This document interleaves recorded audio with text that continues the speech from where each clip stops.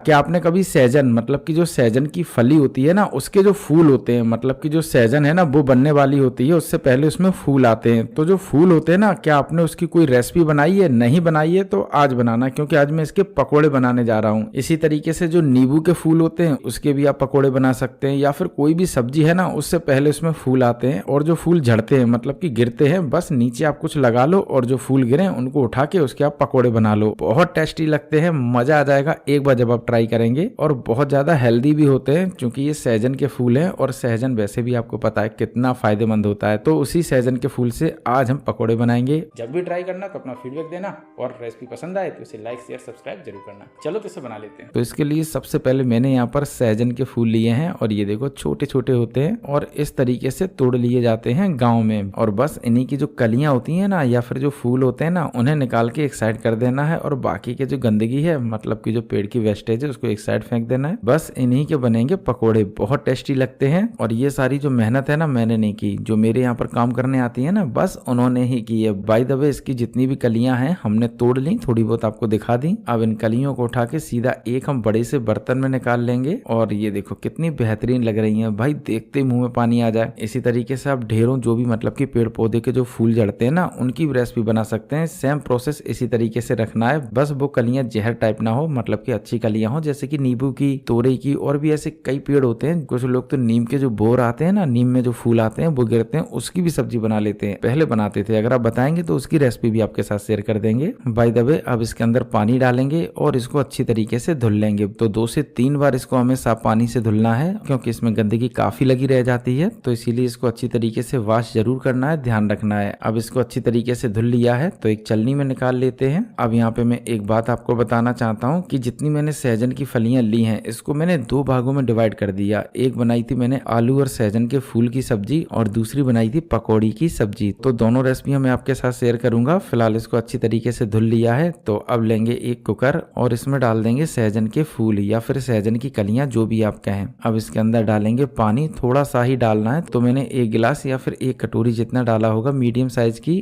अब इसका ढक्कन लगा के इसको 2 सीटी आने तक उबाल लेते हैं। 2 सीटी आने के बाद इसका थोड़ा सा कलर चेंज हो गया है, फिलहाल चेक कर लेते हैं। और ये देखो इस तरीके से हाथों से मैश हो जाए, मतलब कि पूरी तरीके से नहीं, लेकिन आपको लगे कि हाँ उबल चुकी है, लगेगा देखने से जब आप इसको उबालेंगे। तो बस इसी तरीके से उबालना है। अब इनको उठा के एक चलनी में डाल देंगे, ताकि जो इसका एक्स्ट्रा पानी है वो निकल जाए, क्योंकि हमें सूखी सूखी लेनी है, तभी पकौड़ी परफेक्ट बनेगी, वरना जो पकौड़ी है ना वो गीली हो जाएंगी, और जब सब्जी बनाएंगे तो बिल्कुल भी टेस्ट नहीं आएगा। तो इसीलिए पानी को निचोड़ लेना है, और एक बड़े से बर्तन में डाल देंगे बेसन। तो लगभग 1 कटोरी भर के बेसन है, या फिर आप 1.5 कप जितना समझ सकते हैं, बहुत ज्यादा नहीं, इतना काफी है, पकौड़ियाँ बहुत बनेंगी। अब जो सहजन की कलियां हैं इनको उठाएंगे और सीधा डाल देंगे इसके अंदर। यहाँ पर मैंने बताया था कि थोड़ी मैंने बचा ली थी सब्जी के लिए, तो वो मैंने अलग रख दी। अगर आप बताएंगे तो सहजन और आलू की सब्जी की रेसिपी भी आपके साथ शेयर कर देंगे। फिलहाल अब भाभी जी बनाएंगी, तो वो सबसे पहले इसको अच्छी तरीके से मैश करेंगी, मतलब कि मिलाएंगी। तो आप देखिएगा कितनी अच्छी तरीके से रगड़ रगड़ के मिला रही हैं। अब आपको लग रहा होगा कि सारी की सारी कलियां मैश हो जाएंगी, पर ऐसा हुआ नहीं। मैंने भी सोचा था शायद हो जाएंगे, लेकिन नहीं हुई, वो तो भाई अलग अलग रही, और जब मुंह के अंदर आई ना भाई टेस्ट बढ़ गया। तो बहुत टेस्टी पकौड़ी बनी थी। फिलहाल थोड़ा सा बेसन कम लगा तो वो और डाल दिया। और वैसे भी हम सब अंदाज में बनाते हैं, क्योंकि इतने साल का उन्हें एक्सपीरियंस, और हम लोग बताते हैं कि हम लोग सेफ है। ना बिल्कुल सेफ नहीं, उनके जैसा सेफ होना भी भाई मुश्किल है, क्योंकि हर चीज परफेक्ट ही होती है भाई, बहुत एक्सपीरियंस होता है। अब इसमें थोड़ा सा नमक भी डाल देंगे, तो थोड़ा सा ही डालना है। इसी के साथ डालेंगे आधी चम्मच जितनी धनिया पाउडर, साथ में थोड़ा सा जीरा डाल देंगे। इसी के साथ थोड़ा सा गरम मसाला, साथ में लाल मिर्च पाउडर भी थोड़ी सी डाल दिए। अगर आप सिर्फ पकौड़ी खाएं तो इसके अंदर प्याज वगैरह भी डाल सकते हैं, ये तो सिंपल बनी है। इसी के साथ थोड़ी सी इसके अंदर हींग भी डाल देंगे, थोड़ा सा टेस्ट बढ़ेगा, क्योंकि मैंने इसकी सब्जी बनाई थी। अगर सिर्फ आपको पकौड़ी खानी है तो आप इसके अंदर प्याज, हरी मिर्च भी ऐड कर सकते हैं, धनिया भी डाल सकते हैं, बहुत टेस्टी बनेगी। बाय द वे इसमें थोड़ा सा पानी डाल के इसको अच्छी तरीके से गाढ़ा गाढ़ा गूंथेंगे, मतलब कि पतला नहीं करना, जैसा गुथ रहा है बिल्कुल वैसा ही गूंथना है। अब पकौड़ी के लिए बेसन का घोल, मतलब कि बेसन का गाढ़ा गाढ़ा मसाला बन चुका है, तो बस अब इसकी हम पकौड़ी बना लेंगे। सिंपल है, सरसों के तेल में सेंकना है। अच्छा, उन्होंने सरसों के तेल में सेंका, और मुझे भी सरसों का तेल बहुत पसंद है। बस आपकी रेसिपी के चक्कर में रिफाइंड या घी का यूज करते हैं, वरना सरसों का तेल मेरा तो भाई फेवरेट है, और खुशबू भी अच्छी आती है। बाय द वे एक एक करके सारी की सारी पकौड़ी इसके अंदर डालते जाएंगे, और गैस की फ्लेम मीडियम रखेंगे। अब इसमें सारी की सारी पकौड़ी डाल दी है, तो इसको थोड़ी देर सेकेंगे और उसके बाद पलट लेंगे। देंगे। और ये देखो देखते ही भाई मेरे मुंह में तो पानी आ रहा था। बहुत करारी कुरकुरी भी बनी थी, क्योंकि एकदम से पतले से बैटर से नहीं बनी थी, बहुत टेस्टी लगी थी। हमारे घर में तो भाई सबने इसको थोड़ा खाया, उसके बाद इसकी सब्जी बना ली, क्योंकि सब्जी का एक्सपीरियंस भी लेना था ना, इसीलिए। अब पकौड़ी सेंक ली है करारी कुरकुरी, तो इन्हें निकाल लेते हैं। और निकालने के लिए इस तरीके की जालीदार छलनी या फिर जो कलछली होती है ना वो लेंगे। अब पकौड़ी को मैं एक तोड़ के दिखा देता हूँ। ये देखो अभी भी अंदर जो सहजन की कलियां है ना वो देखो नजर आ रही हैं। इसी तरीके से जो बची हुई पकौड़ी है वो भी सेंक लेते हैं। सिंपल सा सब पकौड़ियों को डालना है, उसके बाद उलट पुलट करते हुए सेंक लेना है। बिल्कुल सिंपल है, कोई मेहनत नहीं करनी। लो जी बन के तैयार है भाई स्वाद से भरी हुई पकौड़ी। अब ये सिक चुकी हैं तो इन्हें भी निकाल लेते हैं। और उसके बाद हम आपको चेक कराएंगे कि पकौड़ी के अंदर सहजन की कलियां अभी भी सुरक्षित हैं। अच्छा मैं एक तोड़ के भी आपको दिखा देता हूँ। ये देखो अंदर बिल्कुल जो सहजन की कलियां है ना सुरक्षित है, मतलब कि इतना रगड़ने के बाद, इतना मसल मसल के गूंथने के बाद बिल्कुल नहीं टूटी।